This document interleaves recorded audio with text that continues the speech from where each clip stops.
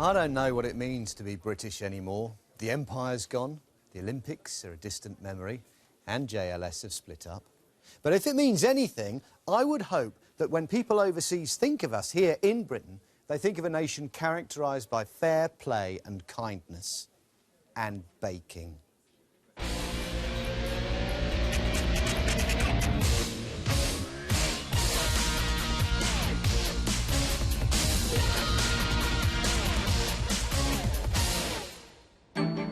And if there's one thing that underlines our British sense of fair play and kindness, then it's a televised cake-making competition.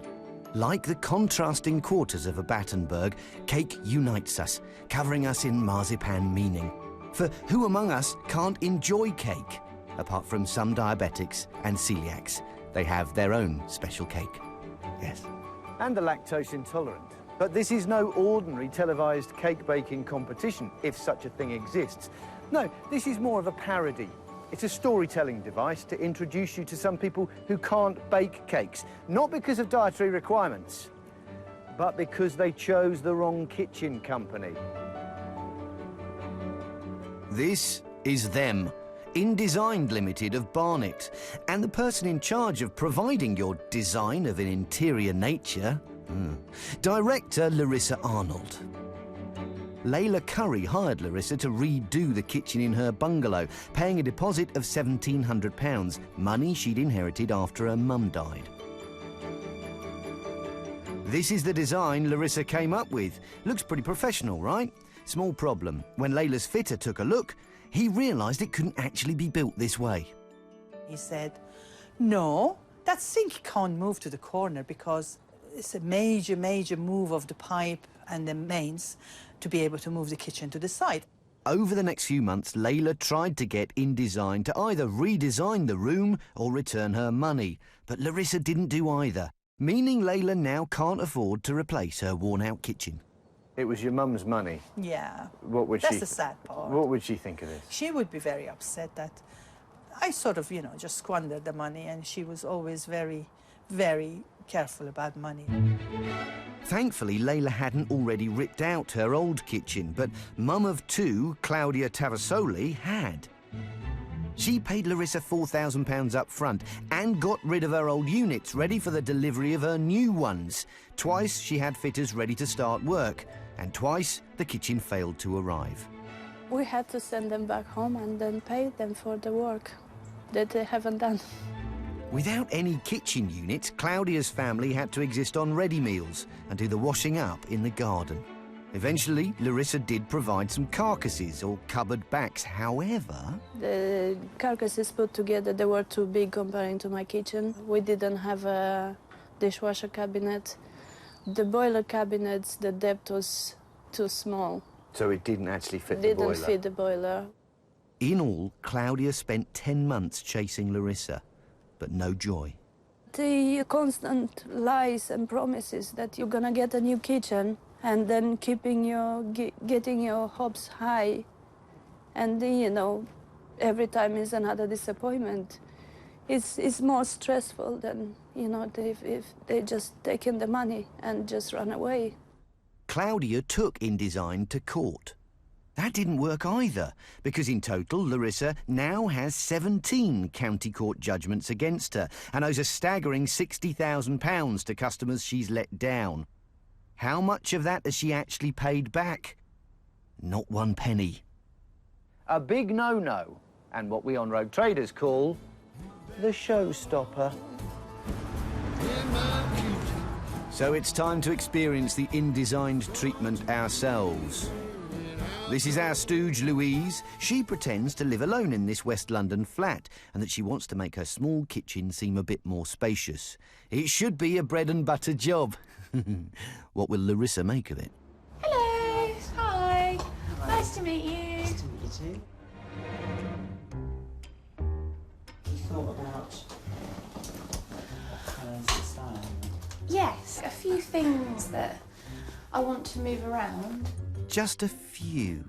I'd like to have a full-size sink with a draining board that way, here. Freezer and fridge stacked here. She also asks for a cabinet around the boiler and says she wants to stop the cupboards blocking her window. How did you want to end this? Do you want to try and get an angle? Yeah, with a curve and a shelf thing or a wine rack or something like that. Right. Yeah, it should be the metaphorical piece of cake for any kitchen designer worth their baking soda. And sure enough, the next day, Larissa sends us this graphic of what our new kitchen will look like, telling us that if we find our own fitter, it'll cost £2,600. So we press the big red button marked Proceed. 12 days later, Larissa's back with a colleague, Tony Olive, who seems to be in charge of the ordering. Lou needs to pick out some colours, but before she does, she asks why the Indesign website appears to have gone down recently. Because I tried to look at your website because I wanted to show a friend. Oh, okay. Yep. Okay. Will it still be Indesign? For the moment it will be. Right. A couple of weeks down the line it'll be different. Right. Yes. So Indesign is now LIK, London Independent Kitchen Design, not to be confused with anything that might sound similar, and run by Tony and not Larissa. Planning a break from the past, are we? No time to worry about that, though, because we have to choose work surfaces. Mocha bamboo. Nice. And, of course, doors. Yes. Yep, that's it. Shaker muscle oak. Shaker muscle oak, yeah. And a fitting date to be chosen. Tony's lead times. Right. He's only really got a week or two, hasn't he? Yeah. Lou's told she'll have to put down a 50% deposit for the kitchen, and the pair leave Lou excited about the prospect of getting her kitchen in just a couple of weeks. No worries. 6 days later, Larissa sends Lou an invoice. And whilst it still says Indesign, that's just about all it says. There's very little detail about precisely what we're ordering. According to expert witness, kitchen designer Jerry Ponder, a half-baked invoice doesn't cut the mustard. That is a mixed metaphor, though. We need to sort that out. The invoice doesn't link to the visuals in any way. There's no breakdown of the different components. There's no breakdown of the pricing. I don't think it's right to sell a kitchen without those sort of details. Would you order a kitchen, put a deposit down based on the information we've got here? I wouldn't personally. Yeah, but Jerry, that's not the way the programme works. We need to see what Tony and Larissa can cook up. So Louise transfers across the 50% deposit of £1,300. Now we just need to sit back, relax and wait for the pinger to go off. Ooh, it's starting to smell nice. Yes, the sands of time are slipping through the egg timer of time. And Tony and Larissa are facing their first technical challenge. Will they rise to it? Or will our dreams of a new kitchen be left with a distinctly soggy bottom? Find out in a bit. Hook-a-duck, here we go. Nice and... Back to Tony and Larissa of Indesigned Kitchens of Barnet now, not to be confused with other companies of a similar name. David Cameron, beware. The evidence suggests this isn't the kitchen company to pick if you're looking to give your cabinets a reshuffle. Our stooge Louise has agreed to give Larissa Arnold of Indesigned Barnet £2,600 for a new kitchen. She's paid half up front, and after a delay for Indesigned surveyor to measure up and leave us this drawing, she finally gets a delivery date. Stick it on the calendar, Lou. It's Wednesday the 8th of October, a full 5 weeks since she paid her deposit, despite the claim the lead time was only 1 to 2 weeks. But we're not going to worry, because Louise's kitchen should now only be touching distance away. Think of all the things you can bake, Lou. Red velvet cupcakes, Battenberg, whatever that thing was. The showstopper. With a delivery date in place, Larissa's colleague or boss, Tony Olive, asked for the remaining £1,300. But this time he tells us to pay it to another company of his, Sumar Supplies. Lou does as she's asked. But no sooner have we handed over our cash than the delivery is called off. The day before our kitchen's meant to turn up, Tony texts to say there's a problem with the manufacturer. Lou must be worried. I'm just a little bit worried. Thought so. Tell me. Well, you sent me a text saying that the kitchen... I did. I thought they could do it this week. I will pressurise them. but they said they couldn't.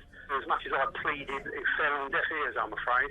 Don't forget, as far as Tony's concerned, Louise has now ripped out her old kitchen and hired a kitchen fitter, who presumably she'll have to pay. Tony assures us the kitchen will be with us the following week. Definitely Tuesday, and I might probably come over myself with the car as well, to get in there and to get it in. OK, 7 days on, we've brought in expert fitter Jeff Jameson to check we get all the bits we need to build our new kitchen. Been a long time coming, but the components really are being delivered. Flipping heck. Are you able to help take it upstairs? Curbside delivery. Curbside delivery. Oh, right, okay. Hey, brilliant, thank you. Despite his promise of coming round to help get it all in, there's no sign of Tony. Not willing to leave Lou on her own with a half-ton pallet of kitchen bits to lug upstairs, Team Road Traders kicks into action. Bend at the knees, boys, that's the key. You can't beat the smell of a new kitchen, fresh out the box. Really? I don't know how you went to make a curved unit out of that. Hang on. That wouldn't cover the side of the carcass. Absolutely no good at all. It soon transpires there's something very badly wrong. Is that normal? No. In fact, there's a lot of things wrong. That's it, isn't it? The units that are meant to go round the boiler and the fridge and freezer are not deep enough, they won't fit, just like Claudia's, funnily enough. The corner unit isn't curved, it's the wrong colour, white. The decor panels that go on the side of the cupboards are not long enough. What else? The missing stuff. Oh yeah, we were promised everything would come at once, but we're missing the worktops, the sink and taps, door handles, plinths, pelmets and cornices. And that's not even the worst bit. The icing on the cake is that the doors are all the wrong colour. We ordered muscle oak. We've got Dakar oak. That is different. It really is. I'd be pretty reluctant to start work, mainly because half the order hasn't turned up. You could start work because we've got some carcasses, but you don't know when the other stuff's going to turn up. Time to ring Tony. This is all news to me. I mean, I took over from Larissa and just ordered what I was told to order, so I need to talk to her. I can't give you an answer one way or the other at the moment. Oh, it's her fault, is it? Right. Anyway, the next day, the worktops arrive. Surely nothing can go wrong with them. Worktops. The two on top, okay. No, that's not the colour I was expecting. Not again. Lou requested mocha bamboo worktops, not walnut-coloured ones. Who ordered those? Probably these guys here made the order, Tony or... Tony was the one who Lou went through the samples with, do you remember? Mocha bamboo. Mocha bamboo, there you go. How did he get that wrong? Lou refuses to accept the worktops and sends them back. Later that day, Tony turns up to inspect what's been delivered. Do you remember he told us this on the phone? I just ordered what I was told to order. Now that the wrong parts have turned up, he's eager to shift the blame. I haven't actually seen the order myself at all. Oh no, I don't know who's ordered this. It just come into the warehouse. It's an extraordinary coincidence then that the word Tony was written on the delivery slip for the worktops, and Tony's surname, Olive, was printed on the labels of all the other components. Either way, he's got to take some responsibility. He and Larissa told us he's the new boss, remember? Okay. Yep. So, have you taken over, or...? No, I'm just running the jobs that Larissa had ongoing when she decided to close the company. Yeah, OK. Tony agrees to take the wrong-coloured doors away, but not the wrong-sized units. I'm not going to take away all these panels on my own today. I thought you got someone with you. I have, but I can't. I've got stuff on the vehicle as well. Right. I can't take all of it today with me. And yet a peek in the back of his van shows that he probably could. We're really starting to wonder if Tony's being completely straight with us. Tony walks out the door, and despite several calls and emails, it's the last we ever hear from him.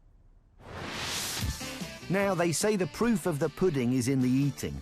I'm not quite sure how that applies here, but to see just how bad our £3,000 kitchen is, we do need to build the thing. Here it is. Jerry Ponder, give us your best bits.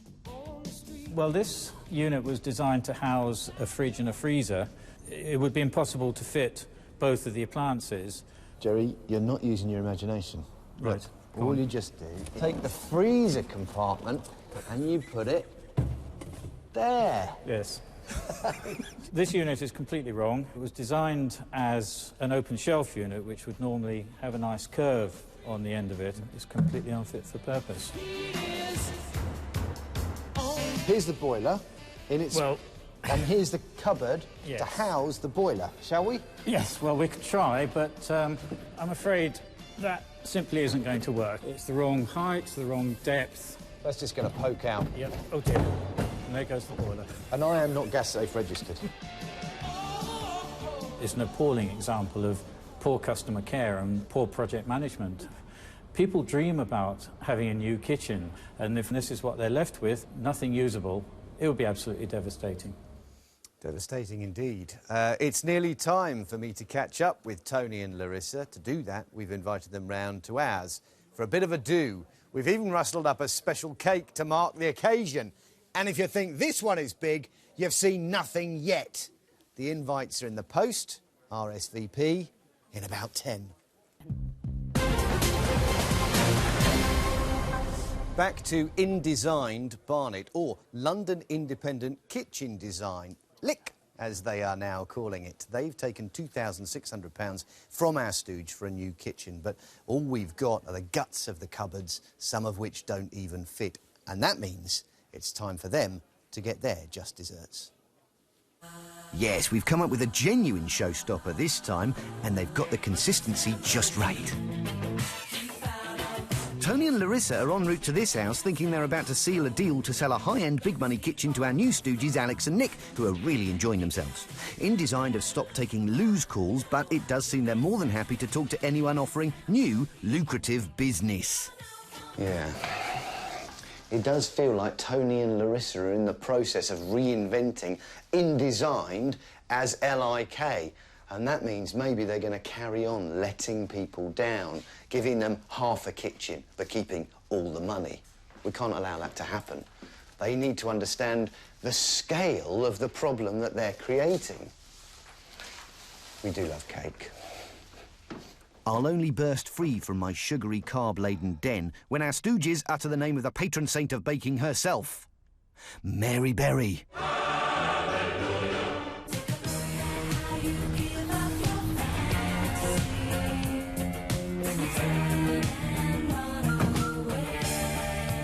Time's almost up, bakers. Tony and Larissa are here.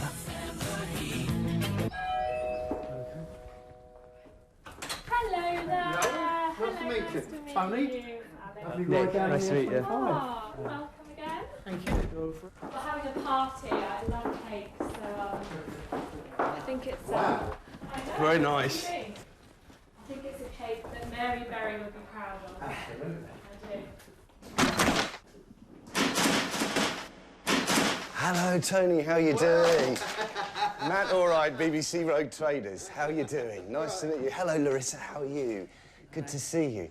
Do you think possibly when you've got £60,000 of outstanding county court judgments, it's time to give up selling kitchens or trying to sell kitchens to people? We've witnessed your attempt to sell us a kitchen, which resulted in something that we couldn't use at all. It was incomplete. It didn't fit the space that we had, Tony, and we are still waiting for the parts that you said you would deliver to us 3 weeks later, and you stopped talking to us about that. Who's that? Talking about Louise, and she was in Acton. So we now have carcasses that we can't use. We have no doors, we have no work surfaces, we have no handles, we have no plinths, we have no cornices, and the carcasses that you gave us don't actually fit the kitchen that we've got. We've given you the money, you've got the money, and we haven't got a kitchen we can use. This is a story which is consistent with customers that we've spoken to from Indesign kitchens, which, as you've told us, is now trading as LIK, and of which you are in charge. You've told us that. So, at that stage, do you think that perhaps this is the wrong industry for you, this is the wrong industry for Larissa? That is a beautiful car. Is that what happens when people pay you for kitchens, but you don't actually have to deliver to those people? You don't actually have to deliver to those people kitchens they can use. Instead, Got to move your leg. I'm not actually. I'm fine just where I am because you're not giving me any answers about why you think you can get away with taking money from people without giving them kitchens they can use. I take it your kitchen currently works, does it? You're not having any problems, Tony, currently using your kitchen to possibly feed your family or look after them rather than leaving people, Larissa, in the lurch for 10 months without a kitchen. Does this feel uncomfortable? I'm just wondering. Is it as uncomfortable as not having a kitchen you can use for months on end? Could we have a refund, please, of the money that we've spent with you? Could you also start paying off the £60,000 in county court judgments which you still owe, which are still outstanding to people that your company, Larissa, Indesign Kitchens, could you start paying those people back, Tony? Could we start getting some money back? Maybe one way you could start doing that is getting a little bit of a cash back on the car. You know, I don't know if this was bought for cash or whether this is some kind of lease deal. But I think maybe that would be one way to start, paying back the people to whom you owe tens of thousands of pounds in CCJs. And that's before we even get to how much you could owe for the kitchens themselves. Beautiful car. So that is Tony Olive and Larissa, now trading as LIK, previously as Indesign Kitchens, realising, I think, that they may have cut themselves a larger slice than they should have. Showstopper. Larissa has told us she accepts her responsibilities as a failed director and she will never be a director again. She says she's working to pay back customers. We hope, Larissa, that includes us. Anytime. She says she thinks our investigation is incorrect and that most of the problems were caused by the liquidation of one of her suppliers. Larissa stresses she and Tony have never been business partners. He denies any responsibility. He was just helping out his friend Larissa. When the business ran into trouble, he lost his investment in it too. Tony also points out his own business has run for 35 years without complaint. Well, that is history. In the here and now, there's plenty to complain about. So, here they are, side by side, Tony and Larissa on the Rogues Gallery. Great stuff, Matt. Lots of you getting in touch about installation delays with OpenReach 2 viewers, saying they were left waiting for a year to get connected. Here's Loveday from Devon, talking about insurance, had home and buildings insurance with the same company for 20 years, automatic renewal quote, £779. Having shopped around, she got another quote, same cover, £130. Tony Hinton on Twitter has had 2 vans with the same fuel injector fusing problems, cost him £8 grand to repair. Get in touch with the manufacturer.